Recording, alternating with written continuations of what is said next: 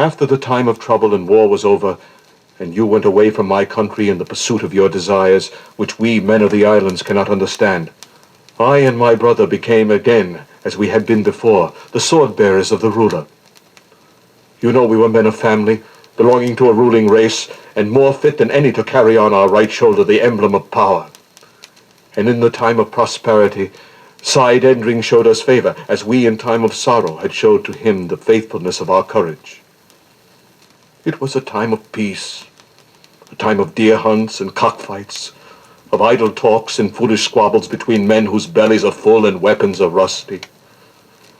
But the sower watched the young rice shoots grow up without fear, and the traders came and went, departed lean and returned fat into the river of peace. They brought news, too, brought lies and truth mixed together, so that no man knew when to rejoice and when to be sorry. We heard from them about you also. They had seen you here and had seen you there. And I was glad to hear, for I had remembered the stirring times, and I always remembered you, Tuan, till the time came when my eyes could see nothing in the past, because they had looked upon the one who is dying there, in the house. He stopped to exclaim in an intense whisper, "Oh, Marabaiya! Oh, calamity!" Then went on speaking a little louder. "There's no worse enemy, and no better friend than a brother, Tuan. For one brother knows another, and in perfect knowledge is strength for good or evil. I loved my brother. I went to him and told him that I could see nothing but one face, hear nothing but one voice. He told me, 'Open your heart so that she can see what is in it, and wait. Patience is wisdom. Hinkimida may die, or our ruler may throw off his fear of a woman.' I waited. You remember the lady with the veiled face, Tuan, and the fear of our ruler before her cunning and temper? If she wanted her servant, what could I do? But I fed the hunger of my heart on short glances and stealthy words. I loitered on the path to the bathhouses in the daytime, and when the sun had fallen behind the forest, I crept along the jasmine hedges of the women's courtyard. Unseeing, we spoke to one another through the scent of flowers, through the veil of leaves, through the blades of long grass that stood still before our lips. So great was our prudence, so faint was the murmur of our great longing. The time passed swiftly, and there were whispers among women, and our enemies watched. My brother was gloomy, and I began to think of killing and of a fierce death. We are of a people who take what they want, like you whites. There is a time when a man should forget loyalty and respect. Might and authority are given to rulers, but to all men is given love and strength and courage. My brother said, 'You shall take her from their midst. We are two who are like one.' And I answered, 'Let it be soon, for I find no warmth in sunlight that does not shine upon her.' Our time came when the ruler and all the great people went to the mouth of the river to fish by torchlight. There were hundreds of boats, and on the white sand between the water and the forests, dwellings of leaves were built for the households of the Rajas. The smoke of the cooking fires was like a blue mist to the evening, and many voices rang in it joyfully. While they were making the boats ready to beat up the fish, my brother came to me and said, 'Tonight.' I looked to my weapons, and when the time came, our canoe took its place in the circle of boats carrying the torches. The lights blazed on the water, but behind the boats there was darkness. When the shouting began and the excitement made them like mad, we dropped out. The water swallowed our fire, and we floated back to the shore that was dark, with only here and there the glimmer of embers. We could hear the talk of slave girls among the sheds. Then we found a place deserted and silent. We waited there. She came. She came running along the shore, rapid and leaving no trace, like a leaf driven by the wind into the sea. My brother said gloomily, "Go and take her. Carry her into our boat." I lifted her in my arms. She panted. Her heart was beating against my breast. I said, I take you from these people. You came to the cry of my heart, but my arms take you into my boat against the will of the great. It is right, said my brother.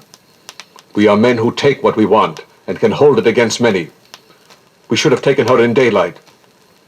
I said, let us be off. For since she was in my boat, I began to think of our ruler's many men. Yes, let us be off, said my brother.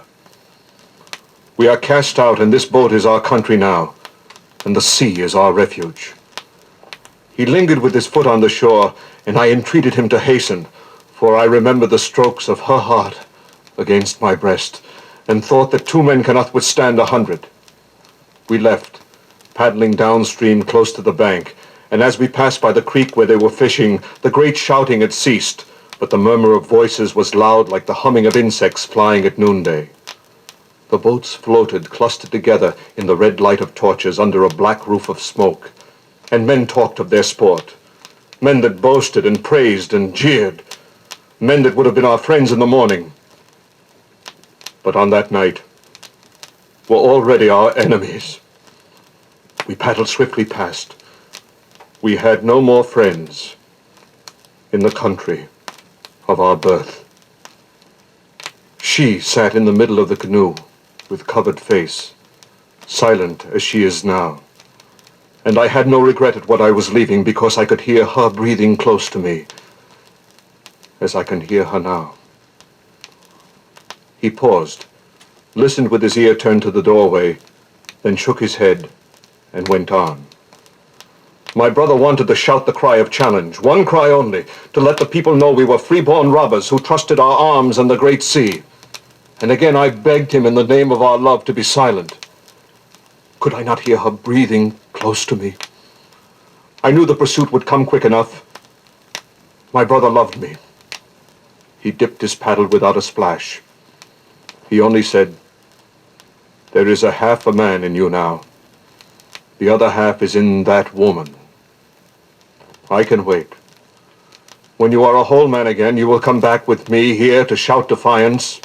We are sons of the same mother. I made no answer.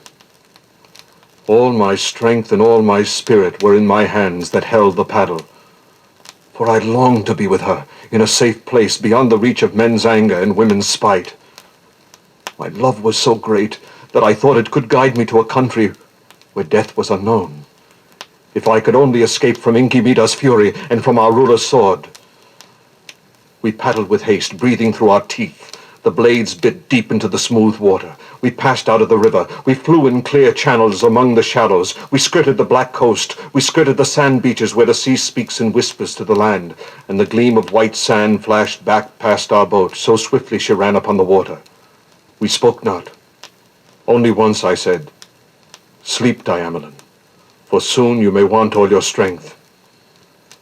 I heard the sweetness of her voice, but I never turned my head. The sun rose, and still we went on. Water fell from my face like rain from a cloud. We flew in the light and heat. I never looked back, but I knew that my brother's eyes behind me were looking steadily ahead, for the boat went as straight as a bushman's dart when it leaves the end of the Sumpitan.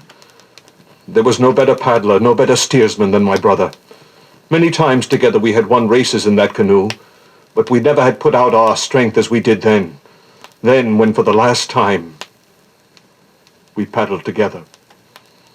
There was no braver or stronger man in our country than my brother. I could not spare the strength to turn my head and look at him, but every moment I heard the hiss of his breath getting louder behind me. Still he did not speak. The sun was high. The heat clung to my back like a flame of fire. My ribs were ready to burst, but I could no longer get enough air into my chest. And then I felt I must cry out with my last breath, "Let us rest." "Good," he answered, and his voice was firm. He was strong. He was brave. He knew not fear and no fatigue. My brother. A murmur powerful and gentle, a murmur vast and faint. The murmur of trembling leaves, of stirring boughs, ran through the tangled depths of the forests, ran over the starry smoothness of the lagoon. and the water between the piles lapped the slimy timber once with a sudden splash. A breath of warm air touched the two men's faces and passed on with a mournful sound, a breath loud and short like an uneasy sigh of the dreaming earth. Arset went on in an even, low voice. We ran our canoe on the white beach of a little bay close to a long tongue of land that seemed to bar our road, a long wooded cape going far into the sea. My brother knew that place. Beyond the cape a river had its entrance, and through the jungle of that land there is a narrow path. We made a fire and cooked rice. Then we lay down to sleep on the soft sand in the shade of our canoe, while she watched. No sooner had I closed my eyes than I heard her cry of alarm. We leaped up. The sun was halfway down the sky already, and coming in sight in the opening of the bay, we saw a prow manned by many paddlers. We knew it at once. It was one of our Rajah's prows. They were watching the shore and saw us. They beat the gong, turned the head of the prow into the bay. I felt my heart become weak within my breast. Diamelin sat on the sand and covered her face. There was no escape by sea. My brother laughed. He had the gun you had given him, Tuan, before you went away, but there was only a handful of powder. He spoke to me quickly. Run with her along the path. I shall keep them back, for they have no firearms, and landing in the face of a man with a gun is certain death for some. Run with her. On the other side of that wood there is a fisherman's house and a canoe. When I have fired all the shots, I will follow. I am a great runner, and before they can come up, we shall be gone. I will hold out as long as I can, for she is but a woman that can neither run nor fight, but she has your heart in her weak hands. He dropped behind the canoe. The prow was coming. She and I ran, and as we rushed along the path, I heard shots. My brother fired, once, twice, and the booming of the gong ceased. There was silence behind us. The neck of land is narrow. Before I heard my brother fire the third shot, I saw the shelving shore, and I saw the water again, the mouth of a broad river. We crossed a grassy glade. We ran down to the water. I saw a low hut above the black mud and a small canoe hauled up. I heard another shot behind me.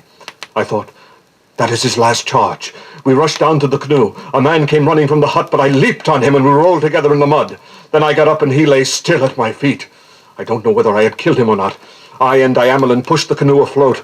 I heard yells behind me, and I saw my brother run across the glade. Many men were bounding after him. I took her in my arms and threw her into the boat, then leaped in myself. When I looked back, I saw that my brother had fallen. He fell and was up again, but the men were closing round him. He shouted, "I am coming!" The men were close to him. I looked. Many men. Then I looked at her. Tuan, I pushed the canoe. I pushed it into deep water. She was kneeling forward looking at me, and I said, "Take your paddle," while I struck the water with mine. Tuan, I heard him cry. I heard him cry my name twice. And I heard voices shouting, "Kill! Strike!" I never turned back. I heard him calling my name again with a great shriek, as when life is going out together with a voice. And I never turned my head. My own name. My brother. 3 times he called. But I was not afraid of life. Was she not there in that canoe? And could I not with her find a country where death is forgotten, where death is unknown? The white man sat up. Arset rose and stood, an indistinct and silent figure above the dying embers of the fire. Over the lagoon, a mist drifting and low had crept, erasing slowly the glittering images of the stars. And now a great expanse of white vapor covered the land. It flowed cold and gray in the darkness, eddied in noiseless whirls around the tree trunks and about the platform of the house, which seemed to float upon a restless and impalpable illusion of a sea. Only far away the tops of the trees stood outlined on the twinkle of heaven, like a somber and forbidding shore, a coast deceptive, pitiless, and black. Arset's voice vibrated loudly in the profound peace. I had her there. I had her. To get her, I would have faced all mankind. But I had her, and... His words went out ringing into the empty distances. He paused and seemed to listen to them dying away very far, beyond help and beyond recall. Then he said quietly, "Tuan, I loved my brother." A breath of wind made him shiver. High above his head, high above the silent sea of mist, the drooping leaves of the palms rattled together with a mournful and expiring sound. The white man stretched his legs. His chin rested on his chest, and he murmured sadly without lifting his head, "We all love our brothers." Arset burst out with an intense whispering violence. "What did I care who died? I wanted peace in my own heart." He seemed to hear a stir in the house, listened, then stepped in noiselessly. The white man stood up. A breeze was coming in fitful puffs. The stars shone paler, as if they had retreated into the frozen depths of immense space. After a chill gust of wind, there were a few seconds of perfect calm and absolute silence. Then from behind the black and wavy line of the forests, a column of golden light shot up into the heavens and spread over the semicircle of the eastern horizon. The sun had risen. The mist lifted, broke into drifting patches, vanished into thin flying wreaths, and the unveiled lagoon lay polished and black in the heavy shadows at the foot of the wall of trees. A white eagle rose over it with a slanting and ponderous flight, reached the clear sunshine, and appeared dazzlingly brilliant for a moment, then soaring higher, became a dark and motionless speck before it vanished into the blue as if it had left the earth forever. The white man, standing gazing upward before the doorway, heard in the hut a confused and broken murmur of distracted words ending with a loud groan. Suddenly Arset stumbled out with outstretched hands, shivered, and stood still for some time with fixed eyes. Then he said, "She burns no more." Before his face the sun showed its edge above the treetops, rising steadily. The breeze freshened. A great brilliance burst upon the lagoon, sparkled on the rippling water. The forests came out of the clear shadows of the morning, became distinct, as if they had rushed nearer, to stop short in a great stir of leaves, of nodding boughs, of swaying branches. In the merciless sunshine, the whisper of unconscious life grew louder, speaking in an incomprehensible voice round the dumb darkness of that human sorrow. Arset's eyes wandered slowly, then stared at the rising sun. "I can see nothing," he said half aloud to himself. "There is nothing," said the white man, moving to the edge of the platform and waving his hand to the boat. A shout came faintly over the lagoon, and the sampan began to glide toward the abode of the friend of ghosts. "If you want to come with me, I will wait all the morning," said the white man, looking away upon the water. "No, Tuan," said Arset softly. "I shall not eat or sleep in this house, but I must first see my road. Now I can see nothing. Nothing. There is no light and no peace in the world. But there is death. Death for many. We are sons of the same mother, and I left him in the midst of enemies. But I'm going back now." He drew a long breath and went on in a dreamy tone. "In a little while, I shall see clear enough to strike. To strike. But she has died. And now, darkness." He flung his arms wide open, let them fall along his body, and then stood still with unmoved face and stony eyes staring at the sun. The white man got down into his canoe. The polers ran smartly along the sides of the boat, looking over their shoulders at the beginning of a weary journey. High in the stern, his head muffled in white rags, the Juragan sat moody, letting his paddle trail in the water. The white man, leaning with both arms over the grass roof of the little cabin, looked at the shining ripple of the boat's wake. Before the sampan passed out of the lagoon into the creek, he lifted his eyes. Osset had not moved. He stood lonely in the searching sunshine, and he looked beyond the great cloudless day into the darkness of a world of illusions.